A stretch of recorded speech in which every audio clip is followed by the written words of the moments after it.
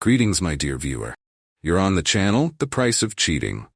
The channel is for those who appreciate traditional family values and condemn adultery, so be sure to subscribe to the channel.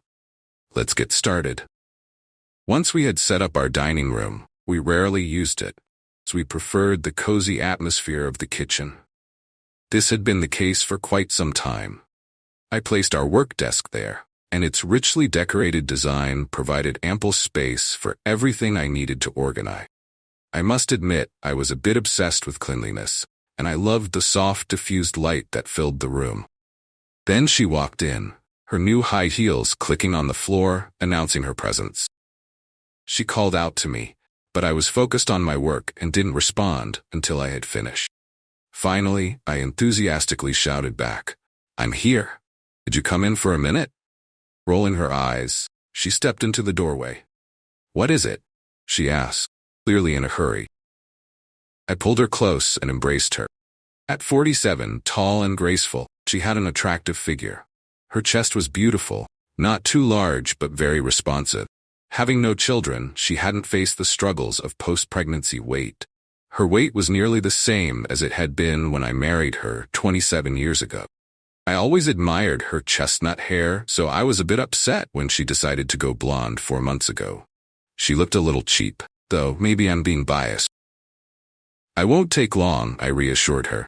"Besides, I have a feeling your meeting might get canceled. Let's go. I'll leave you in peace if you finish this up. You made it pretty clear where you'd prefer me to be." She dramatically sighed and rolled her eyes, taking a seat opposite me. "Thanks," he said. "As I said, I'll be brief. I want you to think carefully and be honest. This isn't just a hypothetical. Tell me, in monetary terms, how much do you think intimacy with you is worth? Do you believe different acts have different value? I know that escorts have different rates. I'm not sure exactly how much women charge for their affections, but I imagine it's quite a bit. I'm seeking your help to establish a baseline. Consider it research. In your opinion, is your value closer to that of a courtesan, or more like a street worker? Perhaps I should find a middle ground. Should I take into account factors like enthusiasm, skill level, and various seductions like lingerie, mood enhancers such as soft lighting and candles, or indulgences like strawberries and chocolate?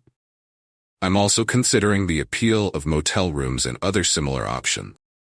That's the kind of perspective I'm aiming for in my overall evaluation. As I continued my monologue, I noticed her expression changing, her mouth slightly agape in disbelief. When I finally paused, hoping to give her a chance to respond, she quickly closed her mouth. "What are you talking about? This isn't funny, Donald. It's ridiculous." She used my full name, a clear sign she was irritated. If I kept pushing, she'd quickly transition to full-blown anger. "Oh, I get it, Sherry. It's absurd. Just like it's been absurd ever since you started flirting with Jameson." "So it's Jameson, is it?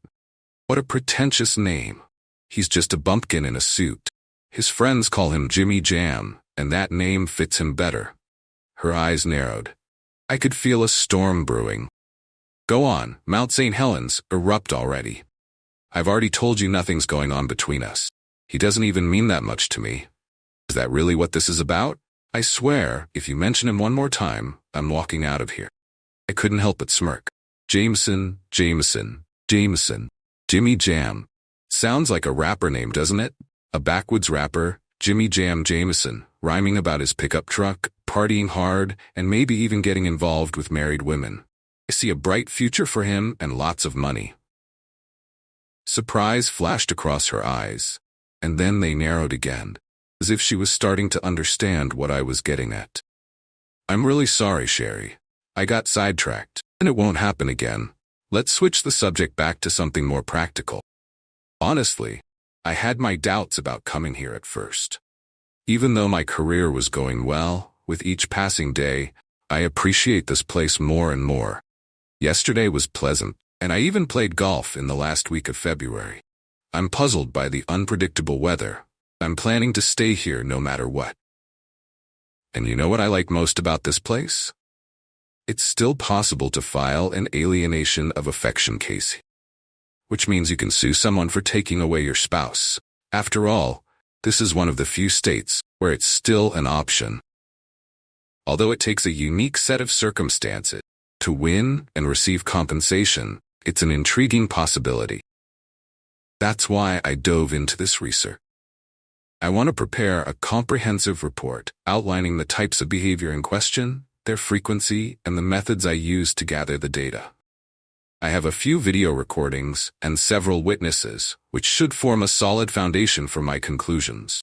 However, it would be very helpful if you could clarify how much you think a night with you is worth.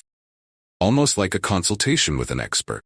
My lawyer found my initial idea amusing, but ultimately acknowledged its potential significance, citing precedent.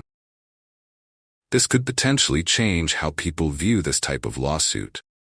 Raising the financial stakes might lead to more settlements, benefiting the lawyers and making it easier for judges to determine appropriate financial payout. I need your cooperation on this matter. Otherwise, my lawyer will make sure your involvement is outlined in detail, step by step. These are the kinds of statements I want to hear, and you should consider the small advantages you might gain once the separation and divorce papers are signed. The clock on any expenses will stop. We won't even bother you with serving official notice. It's simple enough. Just visit his office. Think in advance about how much you and Jameson can save on gas and hotel expenses. You start living together.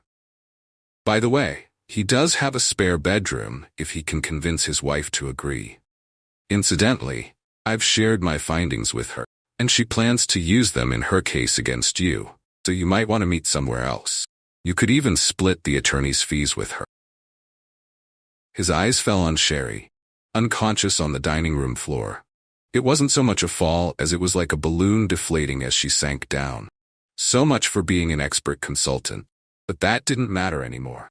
The documents I prepared speak for themselves. I printed out my research, neatly folded it into a folder, and placed it on her chest. She'll find it as soon as she comes to. In the meantime, my lawyer, Mrs. Jimmy Jam, and I are off to dinner at the best barbecue spot in town. I hope Sherry understands that once the door closes behind her today, there's no turning back. I need to change the lock. Honestly, it's gotten to the point where I can't even enjoy a meal. Sherry's called 10 times, and I've had to mute her. At that moment, Mrs. Jimmy Jam was telling one of her funny stories about her wandering husband.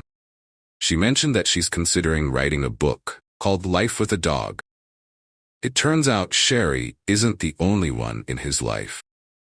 She offered to give me the addresses of the other wives so I could share my plan with their husbands once mine is ready.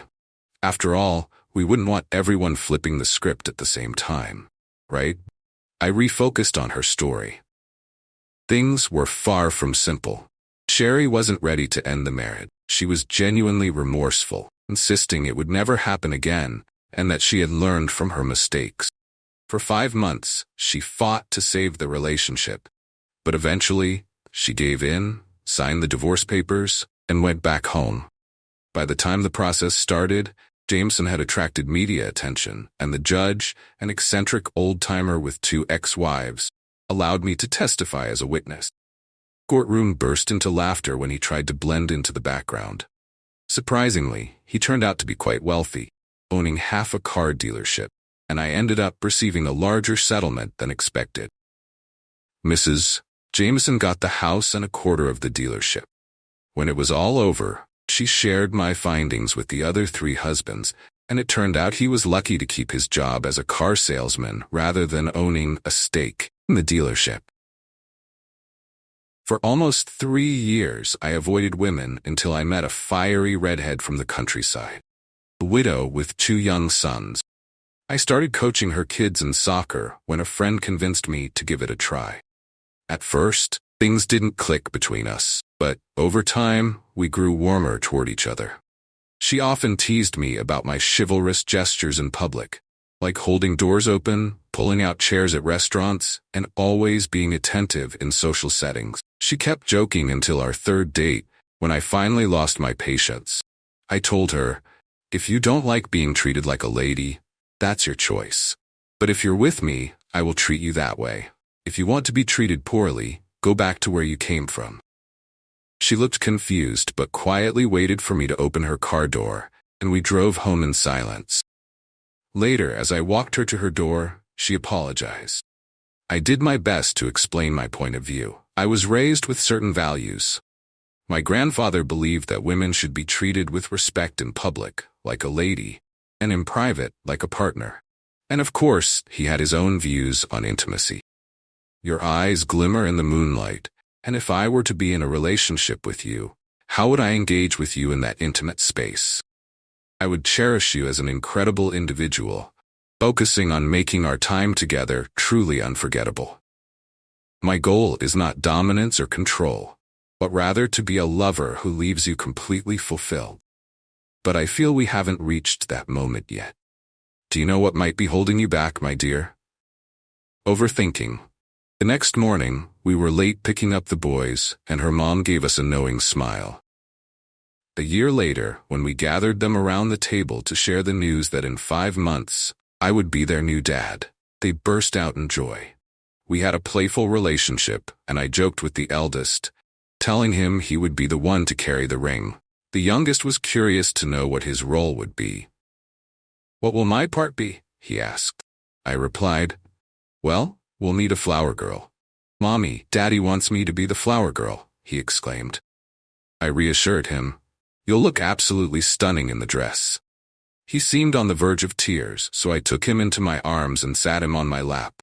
"I was just kidding, son. How about you carry the ring and your brother will be the best man?" No one objected. And that's exactly how it went.